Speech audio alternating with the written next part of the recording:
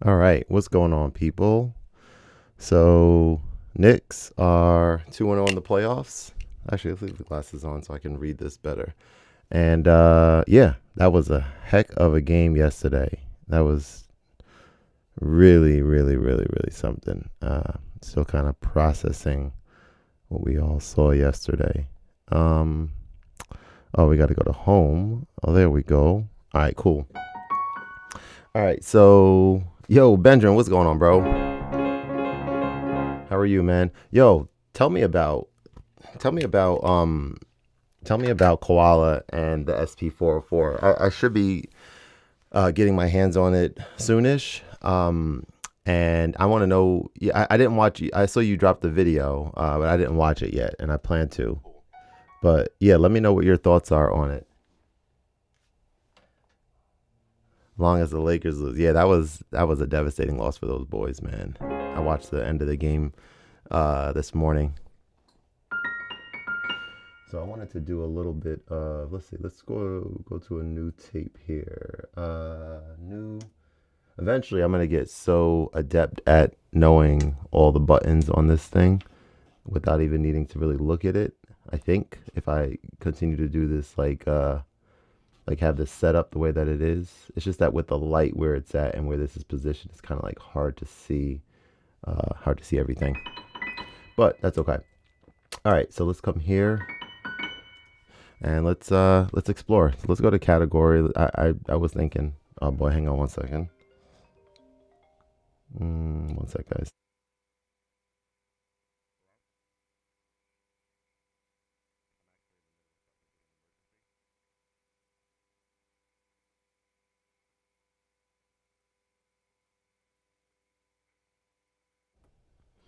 Koala and SP are great. I'd say if you're buying it just as a controller for Koala.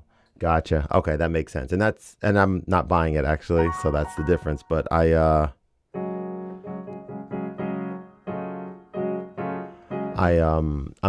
curious about trying it out. But yeah, that's kind of the main interest to start with. But I know that how and the loop mode. I'm like kind of somewhat very curious. That's kind of weird way of saying it about the new loop mode in that device as well.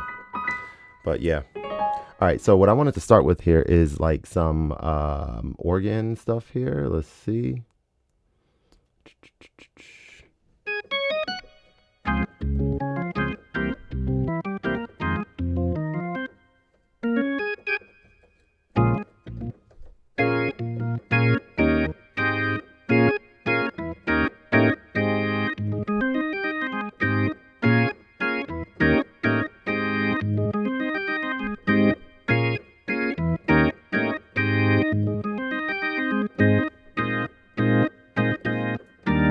So if we wanted to do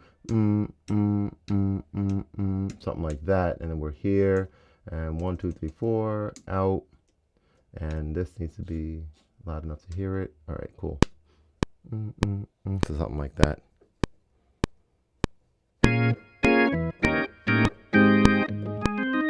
Something like that. All right, so then to do a loop in with this, we would do.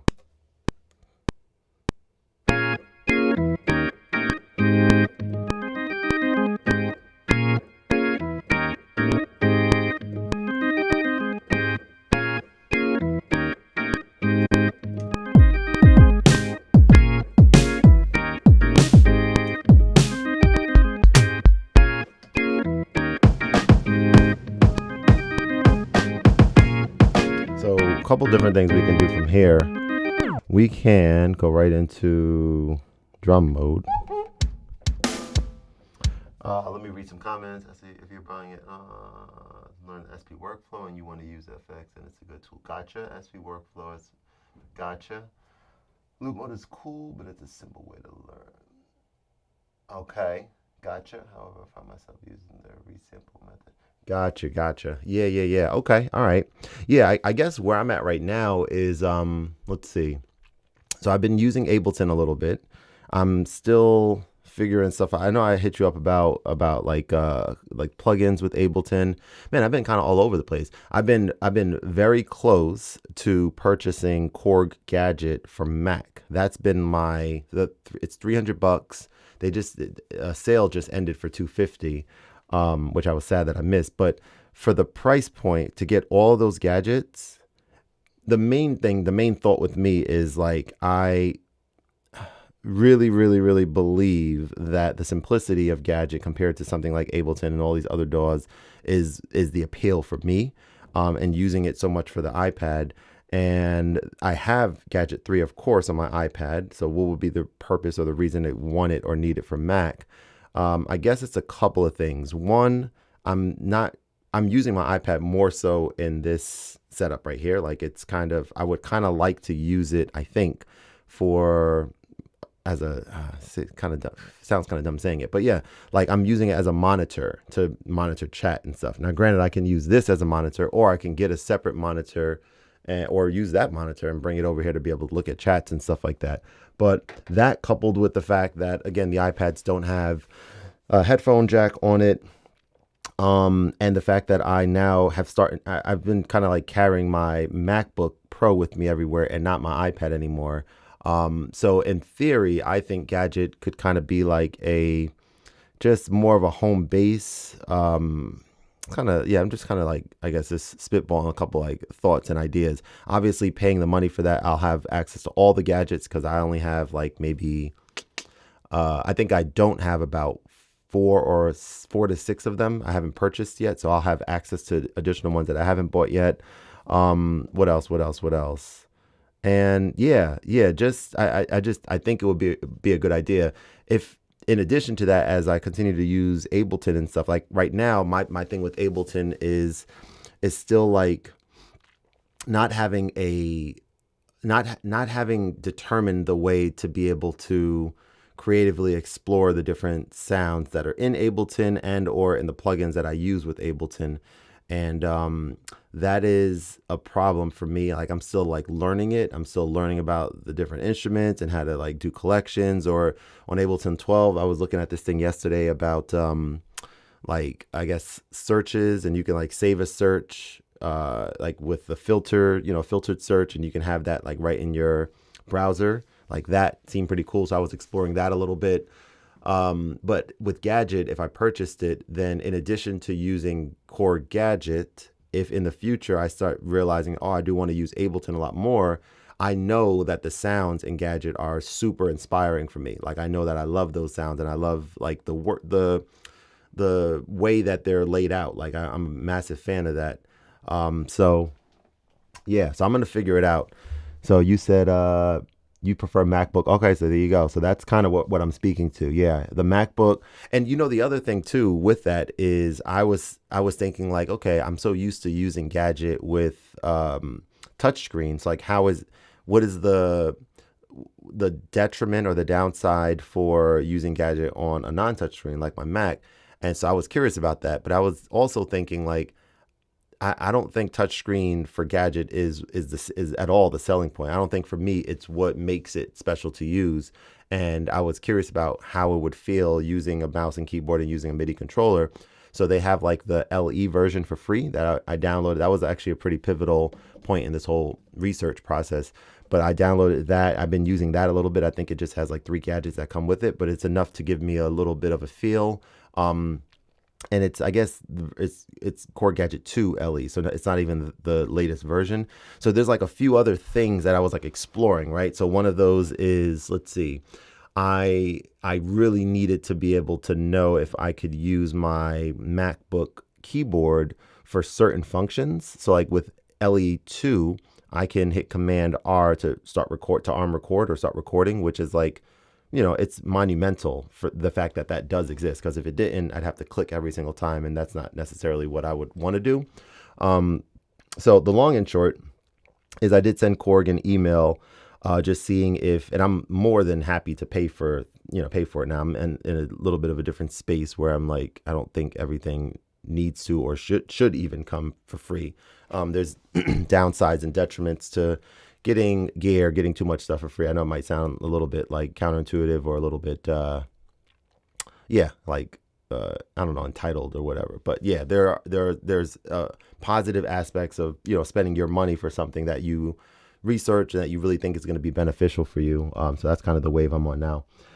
So you said I have all my favorite setup in Ableton. Okay. Plus I got my AV3s and plugins separately now. So yeah, so I'm curious about that. So you have your favorite setup. So I'm assuming you got like collection setup, and that's kind of what I thought. Like, okay, do I take one day and just like say, or maybe 1 week or something, and just go through every preset in every one of Ableton's instruments? Because I feel as though within the instruments, there's sometimes where I'm just clicking randomly. Like yesterday, I was grooving, I was doing my thing, and I was like, oh man, there's some really cool sounds here, and I was really like in a flow state.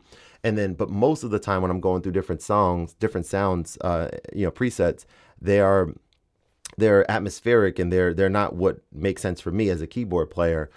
So maybe I like go through all of them. I do like the similar search button. That's actually a really cool thing too.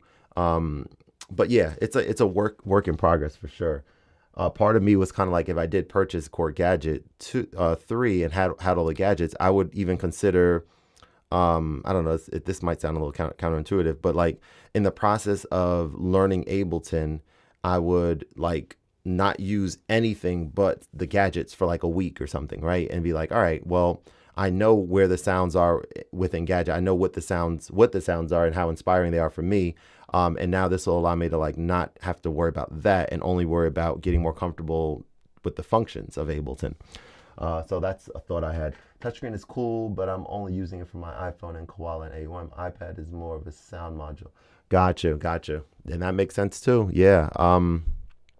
It's a never ending process. It's interesting. It's interesting. So if they get back to me and they are able to do the 250 price point for the instead of 299, I think I have all the information I need to purchase it. And this comes on the heels of me having access to, say, Arteria V collection, and or what was the other one we were talking about, Benjamin? Arteria and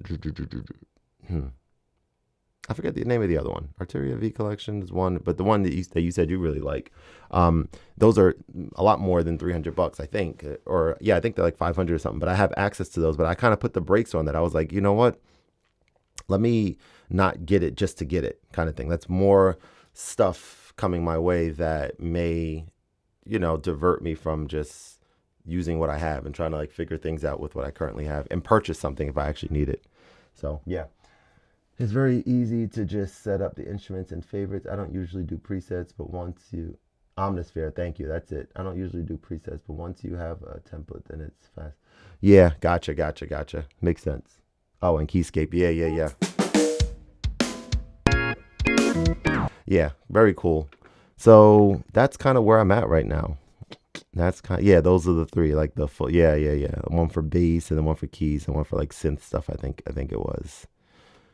Yeah, man. So yeah, let's come back to piano. I want to play a little piano here. You know what I'm saying?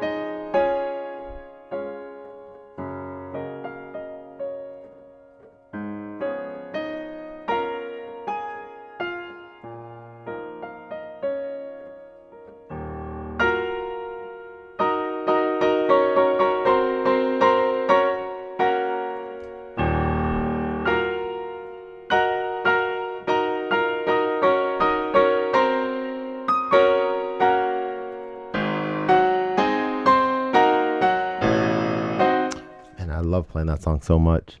Hey man, have a good one, bro. Thanks for joining. Thanks for hanging out. All right, I'm gonna go on mute and run through some more of this song right now.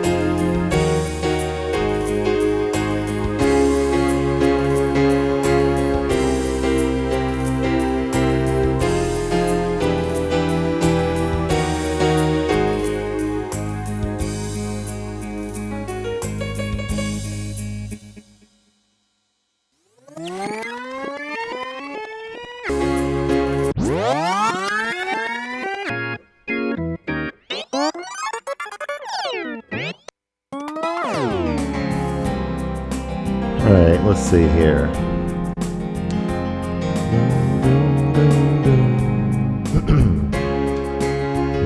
Raindrops fall, and the beauty of it all, and the beauty of it all, and the beauty.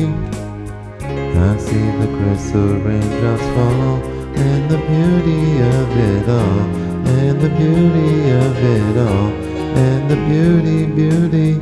I see the crystal raindrops fall, and the beauty of it all, when the sun comes shining through.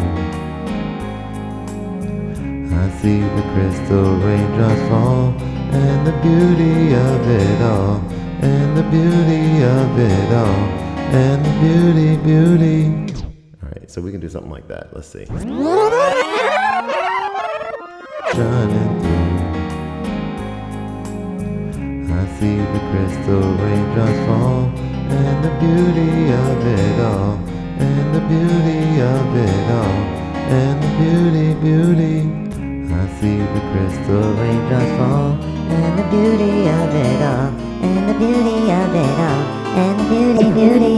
I see the crystal raindrops fall, and the beauty of it all, and the beauty of it all, and the beauty.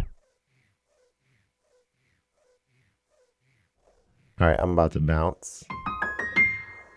But thank you guys for hanging out. See you guys on the next one. Have a great rest of your day. Peace.